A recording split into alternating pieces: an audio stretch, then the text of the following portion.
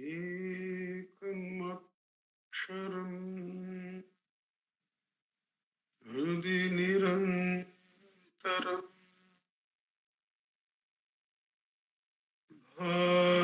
bhasati swayam likyate katham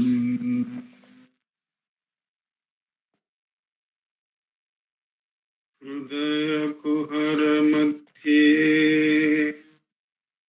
kevalam brahmamatram yaham maham iti sakshat atmarupena bhati hrudi vishamanasa swam chinvata majjata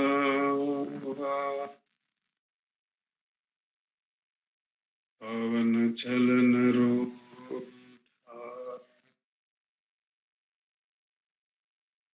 atmanishto tvam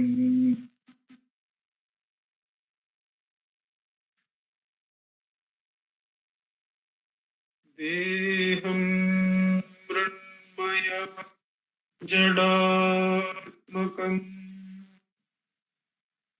aham buddhirna tasyastyatho naham tattata bhava shukti samaye siddhatma sadbhava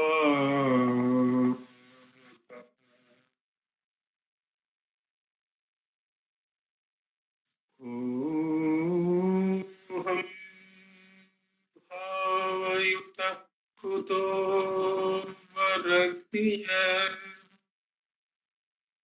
drishtatmanishtatmana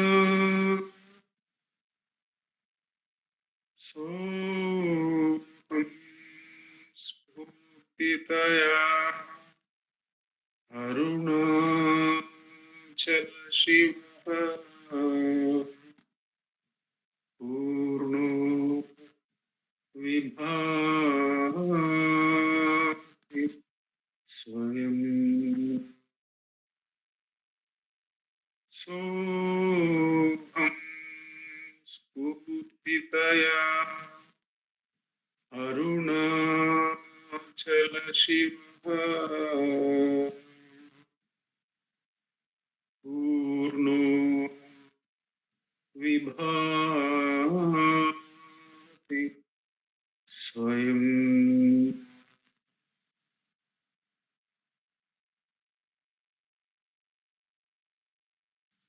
Namo Ramana. With Bhagavan's immense grace, we have been meditating on the verses of Anma bodham, the Tamil translation of Atma bodha by Adi Shankara. The translation is by Bhagavan Shri Ramana Maharshi. We are going to see the verse on Purno Vibhati Swayam. Soham Spurti Taya Arunachala Shivaha. When you ask who am I as the only quest, how the Purna Vastu as existence consciousness as Arunachala Shiva rises and shines self-luminously is the verse that we are going to see from 41 to 46. We are going to see these verses where ignorance is vanquished and self-knowledge shines by itself. 41 to 46, 6 verses.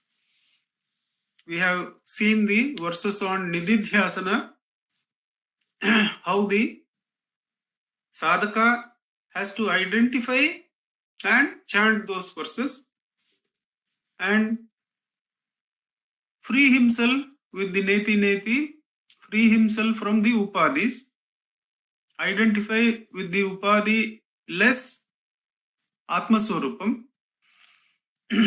We had seen those verses, how he has to seat himself in a place where disturbances are not there and initially come to the Nirvikalpa Samadhi, that which is free of all the upadhis and the consciousness alone is. But then in that Nirvikalpa Samadhi, you cannot do anything else. You are in Nishta. You are exclusively holding the Atmaswarupa. And by that nature, your very average existence changes.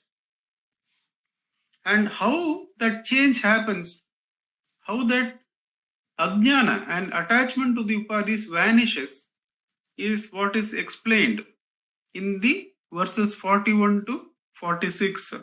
We go into these verses, how the Nididhyasana brings about the avidya nasha. How the Nididhyasana, the practice of the meditation on the self, how it brings about the removal of ignorance, which is the only sadhana. There is no question of bringing about self-knowledge, because self-knowledge is something that is always there. Arivan, Arivodu, Aripaduva Bedam. Uru Paramanmavil Urade, Arivu Inbu Uruai Ondrai Ahdu, Uru Adanal, Tan Uruvale Tan Olirum Or.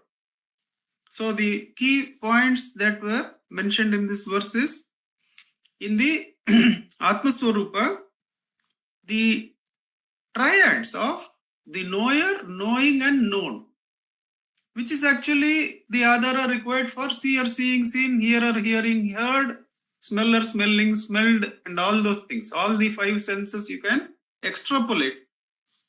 That is what Bhagavan says in Ulladanarpadu. The senses, the five senses are known by one mind. So all the five senses are only mental extrapolations. Therefore, the sensory objects they perceive are also only mental extrapolation made of mind stuff. So they are all made of thought in its gross form. So we are now getting back introverted. And in the introversion process of holding the eye, what happens is that this triad of seer, seeing, seen, which is actually dependent on the Sukshma triad of knower, knowing, known, both of them collapse into the self. Here the knower, knowing, known is the triad taken up. Arivan, Arivodu, Aripaduva Bedam. Here Arivodu means the objectified knowledge. That is the Suttariv, the objective knowledge, the object that is known, as well as this limited individual who is involved in the process of knowing the object. All the three vanish in the self. Arivu Inbu Uruvai Ondrai. So what is the final reality? It is the Sat Chit Ananda. Here the Chit and Ananda alone are mentioned, but then it is also the Sat Ondrai, probably we can take as meaning the Sat also. Uruvadanal Tan Uruvale Tanolirumur. Here the Soham Spurtitaya Arunachala Shivaha Purno Vibhati Swayam is how the Vibhati Swayam can be a meditation which can make us abide in the self. That whenever we are in the seer seeing mode or knower knowing mode, whenever we are seeing another thought, we should realize that this is based, the seer seeing is having as Adhara Arunachala Shiva, who is Purno Vibhati Swayam. As the I is shining within my I thought, and leaving my I thought to be outward turned, I am perceiving the other thought. Now the Guru Upadesha doesn't ask me to rest here, just see the other.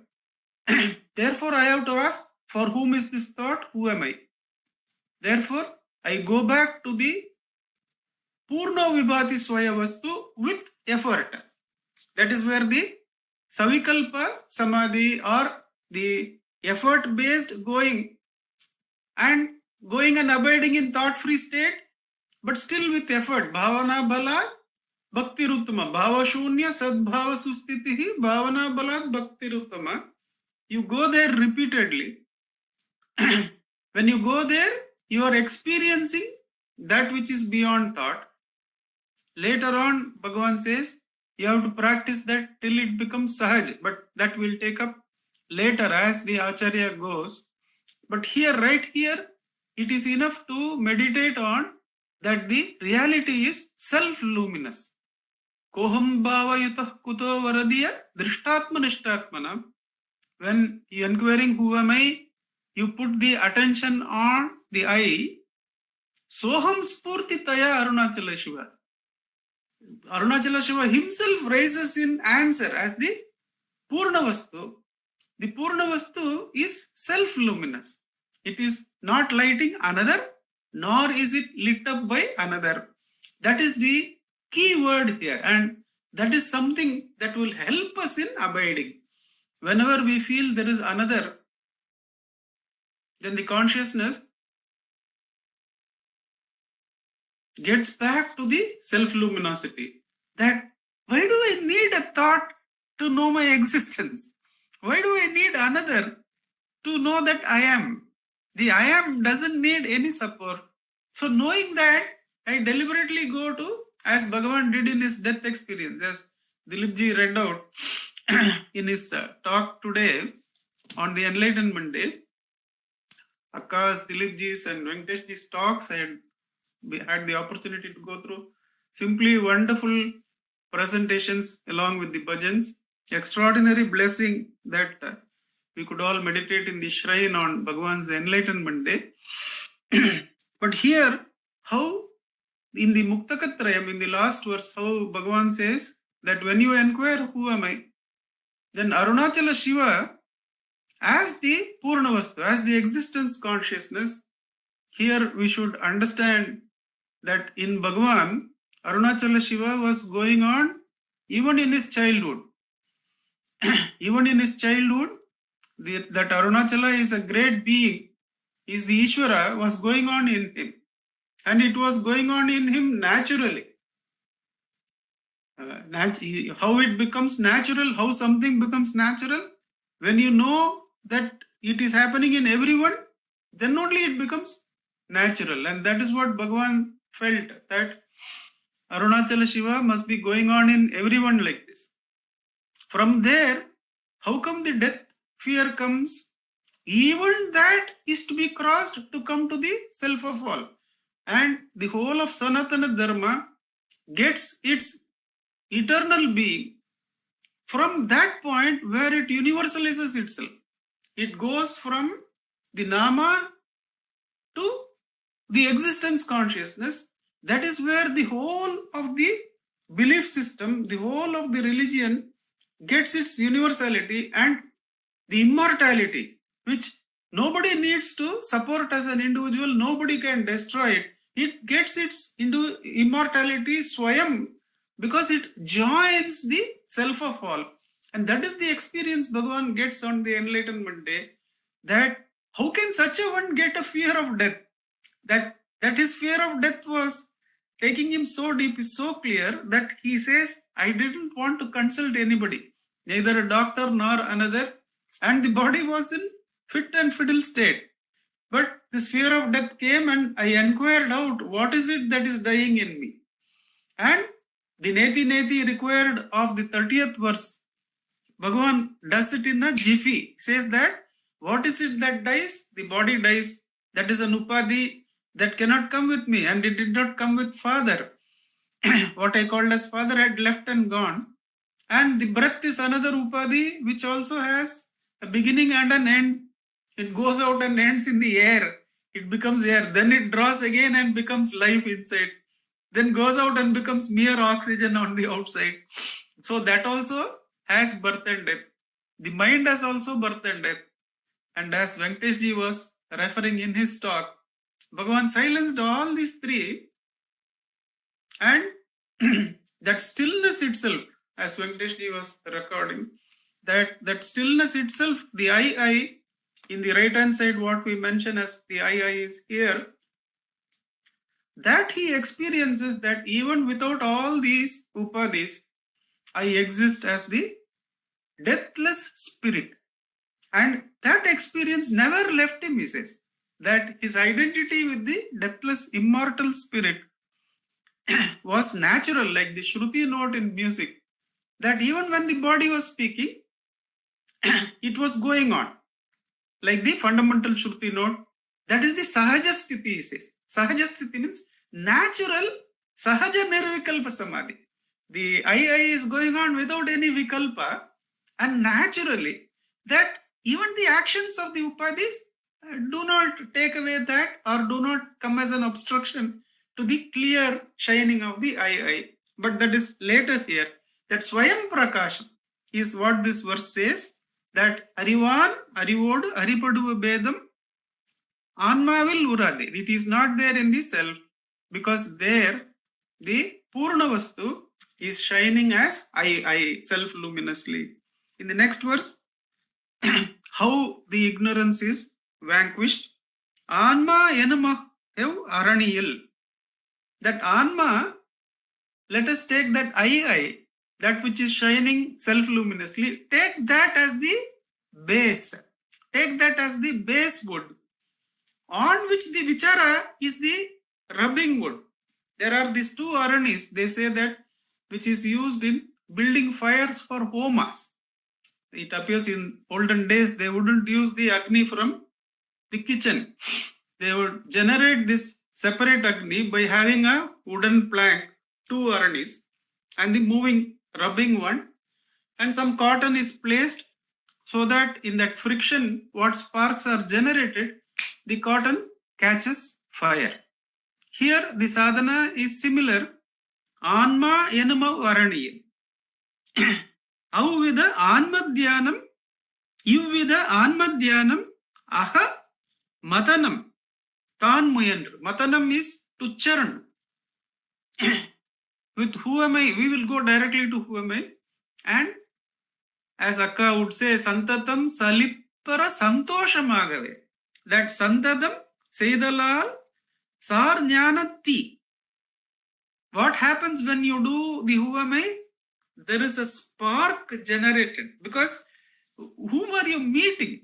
You are meeting that Jnana Agni. The Jnana Agni is the Aham Swarupa, which is the Arani, which is there on the bottom. Now, you as a false individual, by Guru's grace, we are doing self-enquiry. That is the stick we are having, which is stirring the fire. Now, that stick, it burns all other woods. The Madamai, Seidalal, Sarnyanati, Madamai Indanam, Ellam Erikume. Indanam is wood. All ignorance that I am so and so, I am having this problem, that problem, I am this mental identity, that mental identity, I am so imperfect, I am so perfect. All these are Madamai, and they are all burnt by the who am I. The who am I is the, Bhagavan says, is the stick used to stir the funeral pyre. And that stick itself will burn in the Jnanagni in the end. That is the way in which the ego goes away as the last thought. Now, we can take it like this in Bhakti Marga, that Bhagavan has come to us as the who am I. And he is saying, you hold me and I will destroy all your ignorance. In the who am I is the saguna we are having. Whenever a thought appears, you ask for whom is this thought, who am I? And that saguna Brahman of Bhagavan, it burns all our ignorance. And what it does, finally that saguna also becomes merged in the Nirguna Brahman, where the final or the first manifestation as Spurana is that into which the who am I vanishes. Then that Spurana also becomes quiet, says Bhagavan to Gambiram Seshayar. But this verse is how the fire is to be kindled and kept alive. Santatam Salipara Santoshamaga Nanyar Endru Vichar. Without rest, without halting, without rest, lifting better unto best, says somebody. that without halting, without rest, and with great happiness and joy, because the end is Ananda. And let the path also be lovingly done. When we do that, what happens? What arises is Jnanagni. But Bhagavan says in Aksharamanamale, Ninneri eritane Nirakkidumun Nin Arul Mare Puri Arunachala. That means we will realize that the self is Ananda Swarupa. That the Swagata Beda of I, when it doesn't want to use itself as a power, is bliss. Only when it wants to use itself as a power to burn the ajnana of others or itself, let us say, even the Anandamaya Kosha I have to transcend. That is when it becomes a Shakti. To burn the sadhana of, to burn the ajnana of others or oneself. There is no others, there is only oneself. That is when it becomes Shakti. But one should never lose perspective that the I is Anandam also. Is the Ananda Swarupa. It is the healing. How do you realize that? How do you realize that the I is Ananda Swarupa? It is the Sanjeevani. Let's say out of the worldly transactions, the individual gets hurt. Somebody says something or does something and you falsely get hurt. There was no need at all. But some imagination, some thinking, let's say the Jivatva is hurt. The moment it's whatever it may be, the net result will be a feeling of constriction of hurt. And you will, through self-enquiry, you will realize that this Anandamaya is what actually heals. That which was available in deep sleep, which healed in our ignorance, is consciously accessed to heal ourselves. So, we should not forget that this spark is not mere dry jnana. It is the Anandamaya Swarupa. It is the healing nature. It is the Sanjeevani nature. And it is the Shakti also. But the Shakti and the Ananda are temporal aspects again. They are to be seen as still the first manifestations. And one should take that to the peace of the Atma. That is what arises in the spark. In the spark, even the Anandamaya Kosha is to be transcended. How the spark is generated? In the stone of the ever-present Spurana, you are going to ask, who am I? Then Arunachala will raise and answer as Purno Vibhati Swayam. That it is I only who is your reality. And that was mentioned in the first verse. So 41, 42, in the 42nd verse, how the spark of jnana is generated. In 43rd verse, how that spark becomes, having consumed everything, how it removes the totality of ajnana and how the self is going to shine is going to be described by the Acharya. 43rd verse, Arunanal e al agaludal pol. Al we can easily understand by the allum pagalum phrase we have in Tamil. Allum pagalum means day and night. Pagal is day and al obviously is night. So Arunanal ye al agaludal pol. Al is the darkness. Arunan is sun. How by the early morning dawn, how the darkness vanishes. Like the sun has not yet come. It is still in the dawning stage. It is still down in the horizon. The earth has not spun enough to get that part of the self-luminosity. It is in that stage where the sun's light has driven away the darkness. So the spark of the individual sadhana is now getting strength from the Spurana. The Spurana is ever-present light. The spark was initially feeling, I have done this, I have not done that. Many times it will feel, my sadhana is still not becoming deep. What am I to do to be centered in the self? Bhagavan has said, people from RMCL say you do this and the right side of the chest you will get and all that, but it is not stabilizing.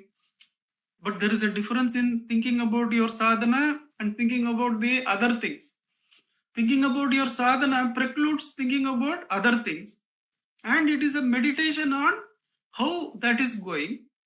And Bhagavan's solution is, don't even think about good sadhana and bad sadhana. You ask, for whom is this thought?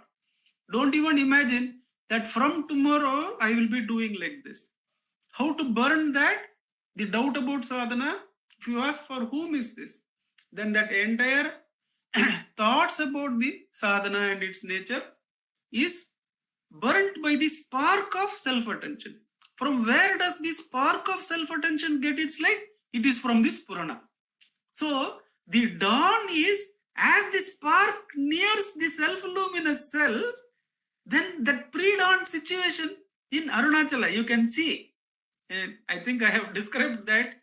It so happened that just before this verse was taken up, I had been with a group of people in Tiruvannamalai, and somehow those group of foreigners whom we had met through Venkateshji, they wanted to wait for the dawn coming in the Arunachala, and we were in the place where Bhagavan gave Upadesham to Mother, and from there the Surya Udayam is seen. It was delayed that day. It was supposed to come at 6:30, it came at 6:40. So we could see how the Arunodayam actually vanquishes the darkness. First, the suffused light, it takes away all the darkness. And as the spark approaches this Purana, the ignorance starts vanishing and the Maya starts vanishing. And then what happens? Then what happens is, Iriyave Pongumam Paripurnamahave Pongum Maditane Pol. The Atma Swarupa then rises and shines in all its glory. A few minutes we waited. It was, I think, group of 8 or 9 foreigners who had come. They had come for a workshop in Tiruvannamalai. And I had this good fortune to take them to these places there. One of the places they wanted to go was this Surya Udayam here. And we were sitting, and first the darkness was there. We had gone there at 5:45 itself. We were waiting. Lots of mosquitoes, but we forgot the mosquitoes once the Surya started coming. The darkness was gone. Then he came out in all glory. Same story in the inner Aditya. The Arunachala Swarupam, the Soham Spurti Taya Arunachala Shiva, Purno Vibhati Swayam, happens this way, he says. As the spark is generated, it becomes fire, because underneath that and as support for it is this Purana. And in that Jnanagni, the individual Ajnana and Maya are all transcended. And that is where Arunachala starts shining in its universal self form as the Aham, Aham, Aham, Aham, as the Sat Chit, the existence consciousness. And what is the nature of this Anma Swarupam? Anma eppodume adaindulade. It is always attained. Anma eppodume adaindulade. It is always attained. Analum tan madamayal adayadadai amarum. How does it? Because of ignorance. Because of the ignorance that appears to cover it. And this ignorance cannot be apart from the self, says Bhagavan. Uladunil aladila adishaya shakti. He says that. This self-veiling power is there in Arunachala, but it cannot stand alone. And it cannot stand the Jnanagni. It can't stand the sparks of enquiry that are lit up by the Atma Swarupa. And it has to vanish. The ignorance has to vanish. But so far as the body identity, the Upadhi identity is there, this Maya has to be given its place. It is there, we have to say. That is why when Bhagavan is asked that finally it is all without Nama and Rupa, no? So why should we worship God with name and form? Bhagavan would say, no, you have to worship, because so far as you are identified with your body, then you can worship only God with name and form. And that will be helpful in clearing up all the impurities that are there in you. The Saguna Upasana is a necessity because the Ajnana is so strong that we are so identified with the gross body that it is only after many so-called years of sadhana in the Saguna Upasana that the Nirguna becomes possible. Then the whole story gets vanished, that I did Saguna Upasana, that I did Nirguna Upasana. All that gets vanished in the self-luminous self. In the self-luminous self, there is only the self-luminous self. It is Kantabharanam, as this verse says. Anma எப்போதுமே அடைந்துள்ளதே ஆனாலும் தான் மடமையால் அடையாததாய் அமரும். Mall மடிய, the impurity is going, எய்த பெற்றார் போல் இலகும் தன் கண்டவணி எய்த பெற்றால் போலவே. That the necklace in one's own neck, the diamond chain which the person forgets and searches all over the house. Then the friend who has come to the home asks her, what is it that you are searching? Let me also help in the search. And she says, see this diamond necklace I have placed somewhere. I don't know who has taken it. It's not available. And she says, why are you so afraid? It is right there in your neck. I am able to see it. Then that lady touches it and realizes, it was always on my neck. It is, the self-realization is like that. Tolaindar pol. As though I have lost it, is because of ignorance. The ignorance covering up. While we do the Girivalam, in the Girivala Padai, after the Bengaluru road, when we get into the village roads, there at one point there is a spur, small spur of Arunachala hill, small hill, but it is tall enough to cover our vision when we are near it. So when we approach it, and at some point that spur will block the whole hill. Though it is much smaller, it will block the vision of the whole Arunachala hill. Similarly, the Ajnanam, though it is really not existent, when we are in the Ajnana Para, we are bound by that. It can cover up the ever-existent self-luminous self. And it is, as Venkateshji was pointing out, it is the snake and the rope. So far as you are caught up in the snake, you cannot see the rope. That so far as you are occupied with the upadhis, the upadhi rahita atma cannot be had sight of. So, has it ever been lost is the question asked in verse number 44. That it was never lost, it was always present. In fact, it is with its adhara that you did the sadhana. Whatever the sadhana you might have done, even the Saguna Upasana which you did, which was so necessary, was because the self was present as the adhara.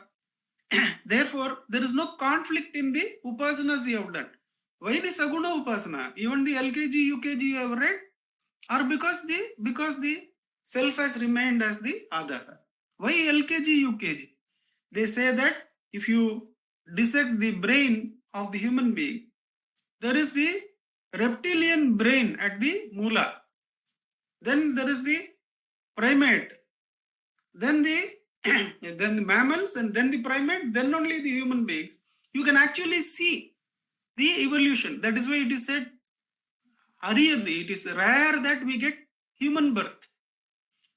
In one sense, that makes us responsible to come to the self on behalf of all those beings whose evolution is present in us.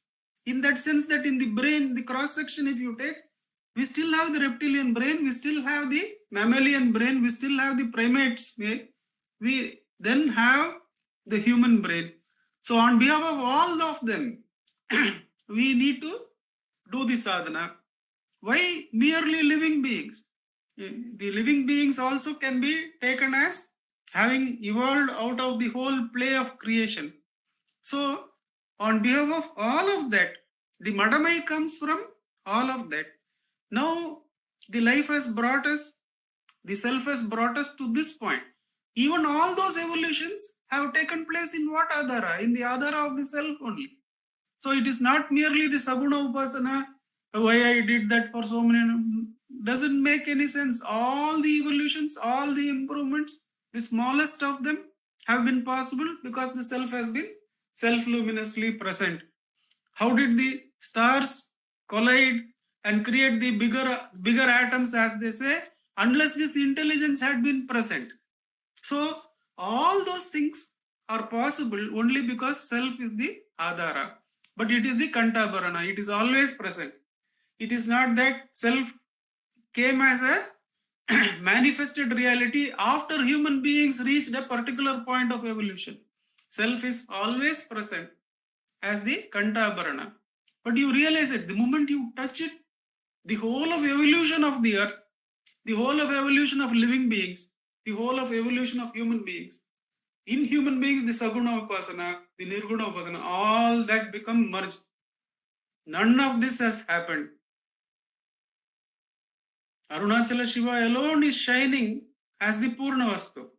There has been no alteration in him, no creation, no movement outside of him. His perfection is never in question. He is the self-luminous self, always shining by itself.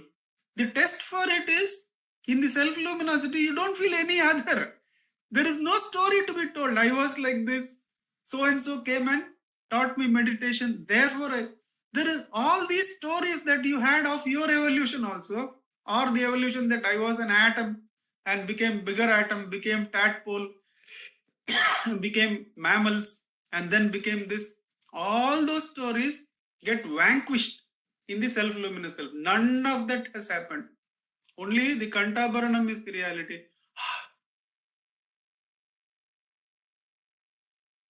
The self alone is, the self-luminosity doesn't allow for any of those stories to be gone into in ignorance. All of them have been superimposed on the self out of ignorance, as though something else has appeared. The 45th verse, Brahmatil Jeevan Brantiyal Kattai Purudan Pol Karpitan. They come to the Jiva. Is the Jiva real? The Jiva Brahma Aikyatvam, the Jiva Ishvara Aikyatvam is the essence of all Vedanta. So, is the Jiva real? In Ulladu Narpadu, Bhagavan says, the Jiva has only one way to see God, that it has to offer itself and whatever it sees as food for God. It has to offer itself and whatever it can perceive, none another, both have to be offered as food of God. Brahmatil Jeevan Brantiyal Kattai Purudan Pol Karpitan Poyyam Uruvattin Tattvam Yadendra Tanunarit.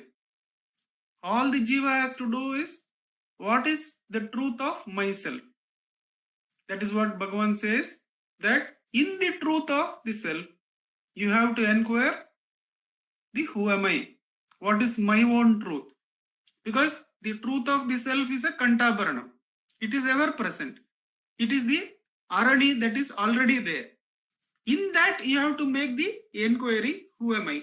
And merge your temporal, ignorant existence as never having been there, and your nature is the self-luminous self.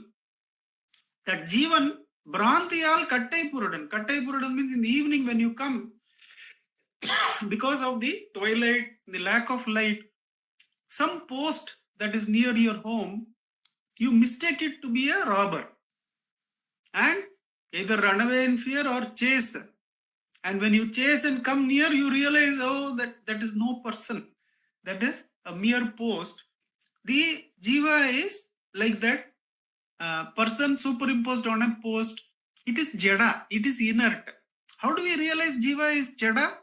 Though the Jiva is actually seem to be enlightening the intellect, the mind, the breath and the body and perceiving the world, the Jiva itself is inert. If that is inert, the rest of the things it perceives are all inert.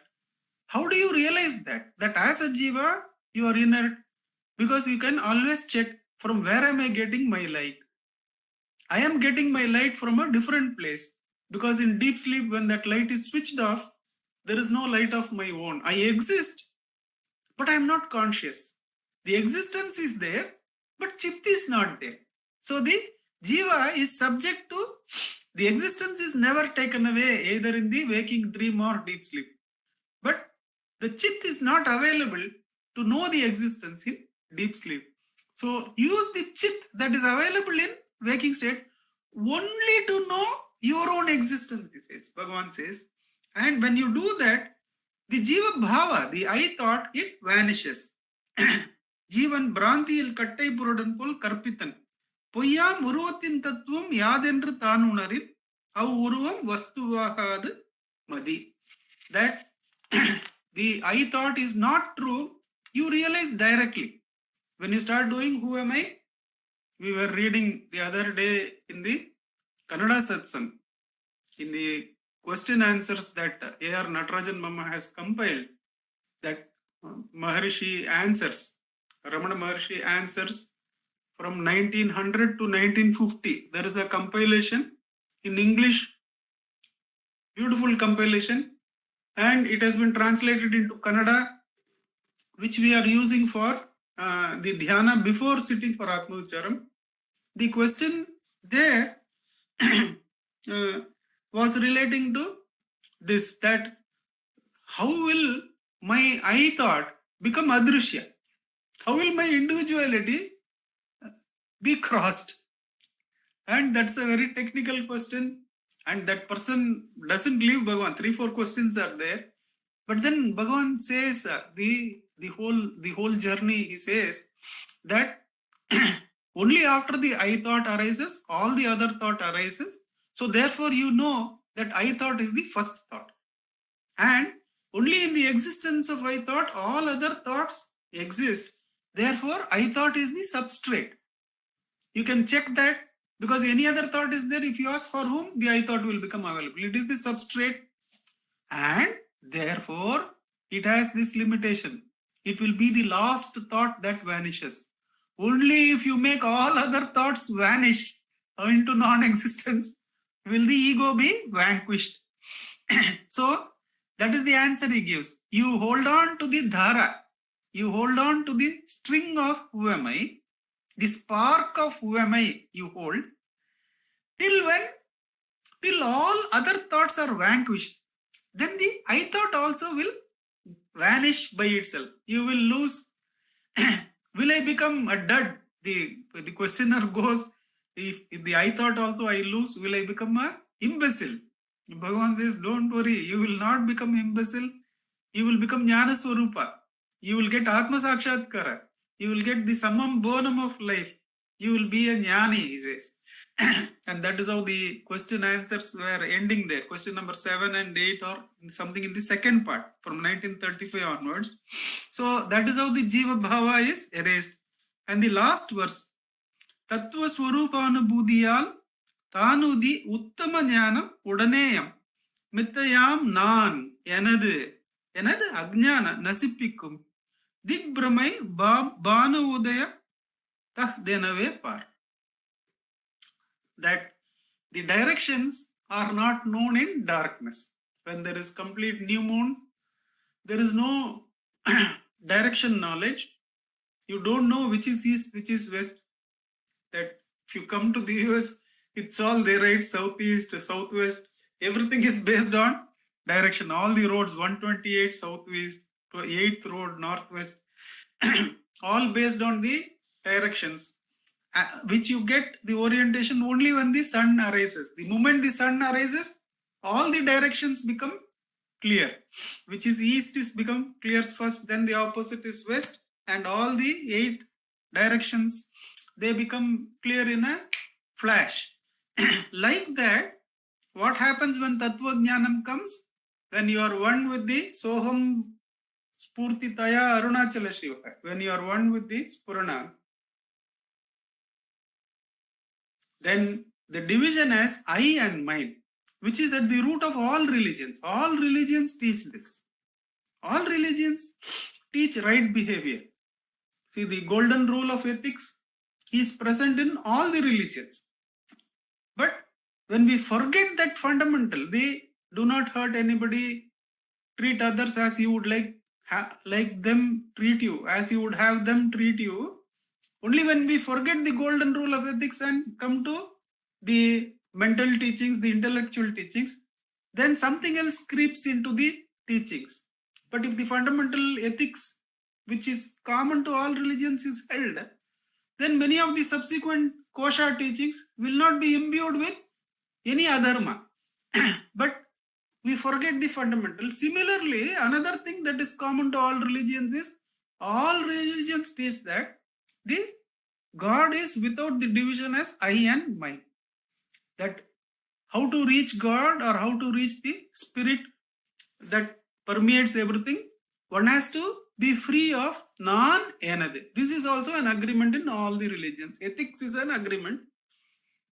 Removal of I and mine is an agreement. If we follow these two common areas, then there is no conflict in any religious paths that are being shown. That they are fundamentally meant to show ethics, dharma, non-hurting, and treating others as you would have them treat you, as well as take that as the basis and work on the complete effacement of the I and mine. That is what happens in the Jnana Udayam, Tattva Swarupanubhudiya.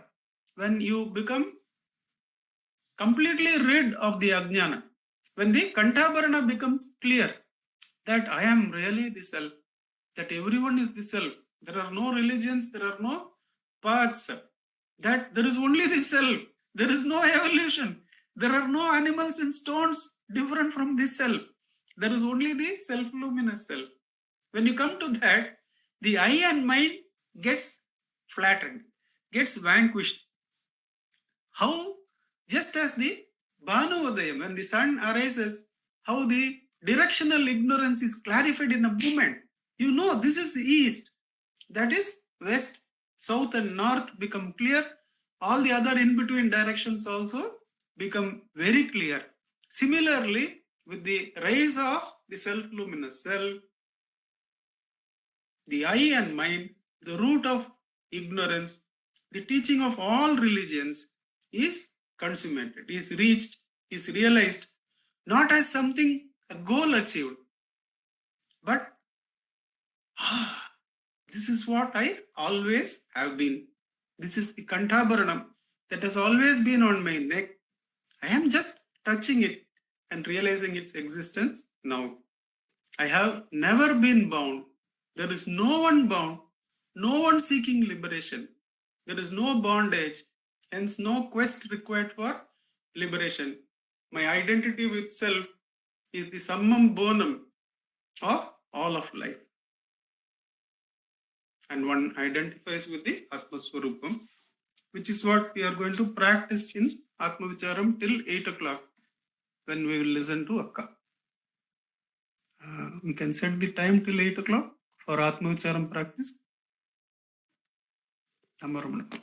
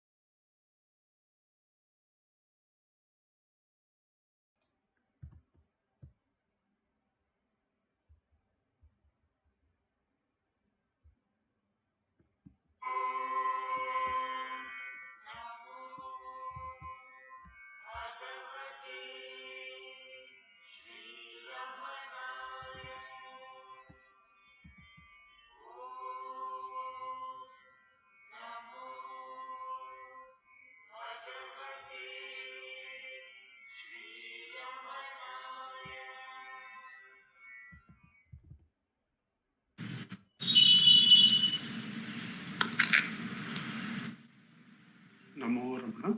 Namo Ramanaka. Namo Ramana. Very beautifully we are moving from the Manana verses, then we came to the Nididhyasana verses, and today we have been doing meditation on the Atma Swarupa, which is ever shining, and which very beautifully Nandakumar ji said, it is healing. It heals all our wounds. That is what Venkatesh ji also was talking about in our satsang during the day at the shrine. That we need to be healed because there is so much of pain that we are carrying, so much of anxiety, such a big load of sorrows and troubles from which we have to be healed. The very illness of this identity from which we have to be healed. Dr. S.K. Ramachandra Rao, he says, Bhagavan is a great healer. He says, Bhagavan, today we should not look at Atma Vichara as a spiritual practice. No, no, no, he said. It is the need of the hour. It has come to heal the entire humanity which is suffering so much. So Bhagavan, the healer, he had spoken about that. And Nandakumar ji also gave us the beautiful example of the destruction of darkness and the rising. Covering those verses, he talked to us about the sunrise at Arunachala, how it slowly, the darkness goes away. And in our lives we can see that. Although, as he said, sometimes we may feel that we are not happy with our spiritual practice. What is happening? Am I really able to abide? I am not able to abide. All that is there. But the grace of Bhagavan, the shining of the self, the grace of the self is so certain. That is why we are here. That is why we come back to the practice. That is what brings us back. There is a certainty that our lives are not dark anymore. That certainty all of us have. The light is there. The light of the self is there. That certainty is there for all of us. It may be a little like as yet the sun has not risen. It may be that the sun has not risen, but even then there is certainty of the light. There is certainty that the darkness is going away. That is so very comforting. That is so very healing. That is what Bhagavan is giving us, that assurance is what Nandakumar ji says. And he was referring also to the spark. He referred to this spark which is produced when the two sticks are rubbed against each other. That is when the Atma Vichara rubs against the self. That is the basis, the main stick, unto which this is rubbed. When the friction happens, it produces a spark. And I remembered when the spark came, I remembered one of Bharatiya's poems in which he says, I kept a small spark in the hollow of a tree, and the whole forest was burnt and reduced to ashes. The entire forest of Ajnana, the entire forest of difficulties. Because he says, in a fire, is there a difference between, actually he says, Agni Kunj. I kept a small baby spark. I kept a baby of a flame inside the hollow of a tree, and in the fire, is there any difference between a baby and a full-grown flame? Even a small little flame has the same property of burning the entire forest to ashes. That's why Bhagavan assures us, he says, when we are able to joyously have that steady practice, which was referred to, and Nandakumar ji referred to the Appalam song, Santatam Chalipara Santoshamahave. Bhagavan says in Ramana Gita that the experience which we have, when we even ask ourselves the question, who am I? Then we ask ourselves this question even once, is the same experience of the self in which the Jivan Mukta is abiding. But what is the difference? Because that experience appears to go away, it appears to get covered in the darkness of identification once again, and then it repeats itself. But the beauty of the path of self-enquiry is that it directly takes us back to the self. It directly gives us that anubhavam. And Bhagavan has said to us that the self is ever attained. In Ulladinarpada, he gives the example of the 10 men. The 10 men who were crossing the stream and thought that one of them were lost. And why? Because each one of them forgot to count himself. Therefore, they all thought there were only 9 men. And he uses the word even when they were in the Ulladinarpada, Bhagavan says, there was no change, there was no absence of the 10th man, when he was thought to be lost, and then there was search for him with loving concern, and then when he was found. There was no change in that state. So, sadhagattile duvidam, sadhyatil adduvidam, oduhindra vadamadu unmayala. So, Bhagavan says that there is no difference in that state at all. The self is ever attained. But we appear to lose it, and so again, Mati said, we have to posit something called Maya, because there seems to be a hiding of the Arunachala by that little hill, that little spur in front. Bhagavan has also given the example of if you hold even your little finger very close to your eye, it will hide the entire vision of the world, he says. Just a little finger very close to your eye, it will hide the world. So it is possible that a little bit of darkness can hide the entire light of the self. How does it happen? Bhagavan gives the example. He says, see, when the self is of the nature of jnana, how is it that ajnana can exist in its presence at all? This question may be raised. But you see, there are bales of cotton which are kept in open sunlight, and the sun is fire.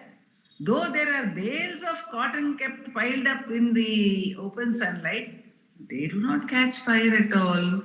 But if there is a small piece of glass somewhere which acts as a lens, and the sun's rays pass through that piece of glass, then the entire bales of cotton will be aflame and reduced to ashes.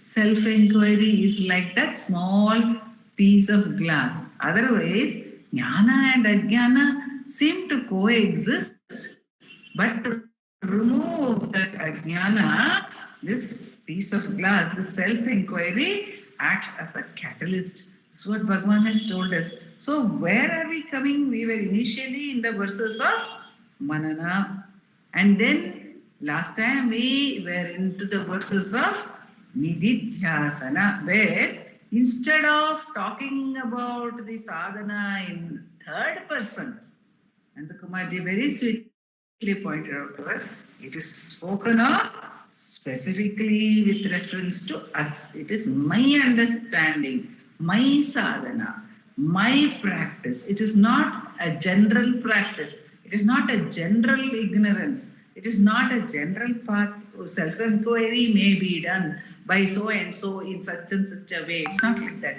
It is, how do I do self-enquiry?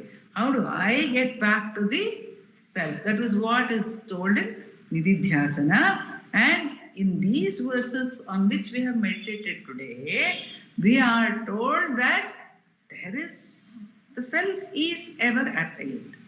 Now, very often when we turn back, like in today's meditation also, Dilip was reading out the verses where he said that, rather the question answers to Bhagavan from the same compilation where Natarajan, he read one question answer where Bhagavan says, I am going on telling you, you are that, and you are going on trying to prove that you are limited. What can I do? You are finding thousands of reasons to prove that you are limited.